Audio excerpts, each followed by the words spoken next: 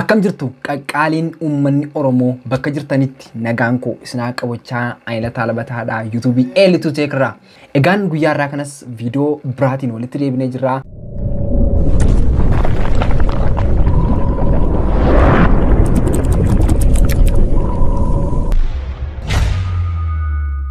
Egaan guyyaa irraa kanammoo kanan isinitti agarsiisu baankii akkaawuntii keenyaa fi YouTube keenya akkamitti wal qabsiisna kan jedhudha. Kanaan dura akkamitti akka YouTube keenya monetize goonu step isaa sirriitti isinitti agarsiisee jira. Warri isan ilaallee Samuel asinatti fakkaata. Linkii qixxa kana natti fakkaata. Qixxa kanatti buutaan fidachuu dandeessu yookiin immoo linkiin description keessa jira. Akkamitti YouTube keessan monetize gochuu akka dandeessanii viidiyoo isaa hojjedheen jira. Warri isan ilaallee deemaa isa ilaalaan isiniin jedha. Sirriitti step isaa guutuu afaan Oromootiin waan isin hojjedheef isa hordoftanii yoo deebitan gaariidha jechuudha. Warri YouTube keessan monetize hin godhan jechuudha.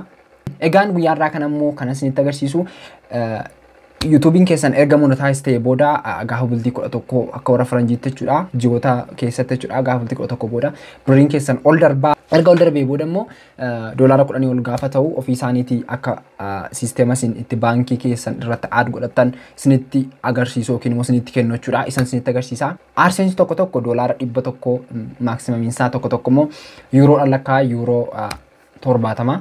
Kanaaf garaagaradha jechuudha. Fakkeenyaaf amma inni isinitti agarsiisuu fedhu yuuroodhaan jechuudha. Yuuroo 70 ol gaafa ta'u ba'a jechuudha. Kunis ji'aan gaafa bultii 22 akka warra faranjiitti jechuudha.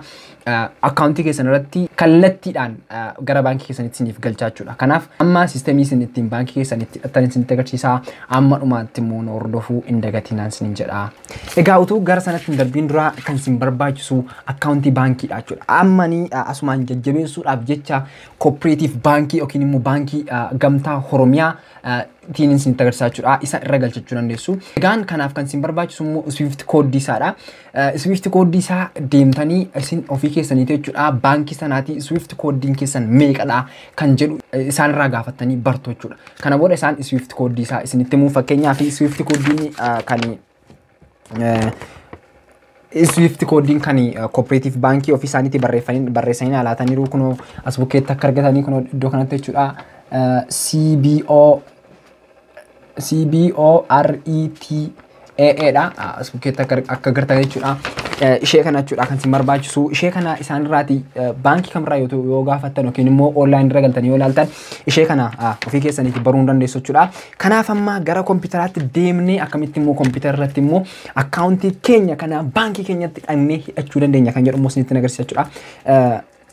Sisteemaan isinitti agarsiisu wire transferiidha. Yeroo ammaa kana guutummaa guutuutti Adsense fi Western Unioniin waliin hojii waan dhaabaniif kana booda immoo carraan Itoophiyaan qabdu kan isheen itti fayyadamuu dandeessu tokko innis wire transfer yookiin immoo Swiftidha. Kanaaf Swiftidhaan akkamitti akka hidhannu isinitti agarsiisa jechuudha. Kompiitara keenya irra gallee ilaallu jechuudha. Zan kompiitara keenya irra galtanii kun akkuma argitan kana Windows jalqabaa irratti Adsense jettanii barreessuu dandeessu. Adsense jettanii yoo barreessitan kunoo gara kanaatti jechuudha kan inni jalqaba isin fidu. Zan iddoo kanaati kunoo addaan kanaati akka argitanii Adsense kan jedhu kanarratti click gootu jechuudha. Zan Adsense keessan isiniif banaa jechuudha. Kunoo akkuma argitanii iddoo kanaati galee gaafan keessa ilaalu iddoo kanaati kunoo yeroon isaa ammas lakkaa'ee jira. Kanaaf iddoo kanaati wanta isin gootan amma jechuudha baankii keessan irratti hidhachuudhaaf iddoo kana keessaati karaa harka bitaa kan argitan kana keessaati payment kan jedhu irratti hidhachuudha. Kan isin click gootanii payment irratti click gootu. Then payment gaafa isin bantanii kunooti akka kanatti hidhachuudha kan inni isiniif banu iddoo kanaati akkuma argitan kunoo iddoo kanaati lakkaa jira maximum threshold isaa euro 70 isiniin jedhee jira kun percentage 66 ga'ee jira. Yoo ji'a kana keessatti euro 70 guutiin hafee ji'a dhufu wajjin walitti dabalee isiniif baasaa jechuudha. Karaa baankii isiniif ergaa walitti da'a kan iddoo kanatti akkuma argitanii. Zan iddoo kanaati wanti isin gootan kunoo gara harka mirgaa kanaati kunoo iddoo xiyya argitan kanaati add payment method jettu jechuudha. Iddoo kanarratti click gootu zan hin banaa jechuudha. Iddoo kanaati waan lama isin dhufee jira filannoo lama jechuudha. Inni tokkoffaa add new wire transfer detail kan jedhuu fi add new check detail kan jedhudha jechuudha. Kana kuni badaa isin waan hin fayyadneef isa kana dhiisaa iddoo kanarratti click gootu jechuudha.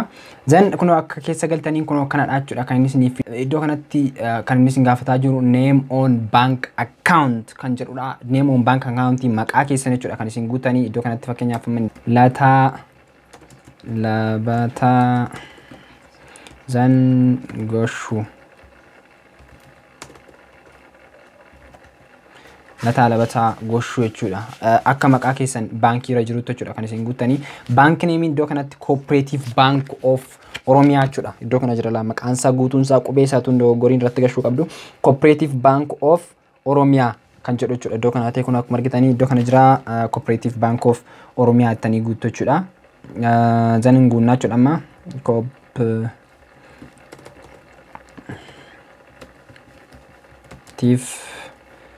Cooperative Bank of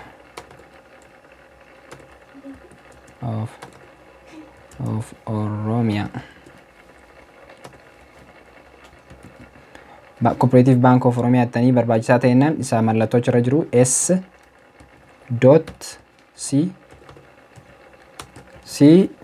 then mallattis dootiin jira then incuftoo jechuudha. Kanaaf kun akka kanatti guuttanii jechuudha. Oromiyaa Cooperative Bank of Oromia jettanii hin guuttu jechuudha. Kan biraan iddoo kanatti kan dhuftanii argitan Swift isaa jechuudha. Kan isin gaafataa jiru Swift isaa yoo barbaadan Swift yoo Cooperative Bank of Oromia barbaaddu ta'e description keessa isiniif hin kaa'a. Iddoo kanatti akkuma argitanii capital jechuudha. Hundi isaa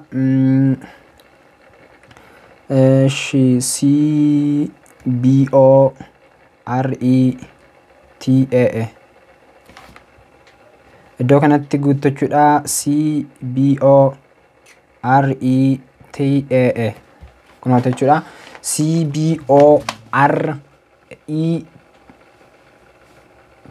CBORETA jechuudha. Kana dogoggoruun isinirra hin jiru jechuudha. Iddoo kanatti immoo kan inni isin gaafatu accountii jechuudha. Accountii keessan iddoo kanatti barreeffamee jiru isa isin gaafataa jira. Iddoo kanatti accountii keessan guuttu jechuudha.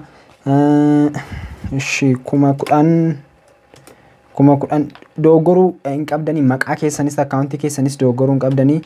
73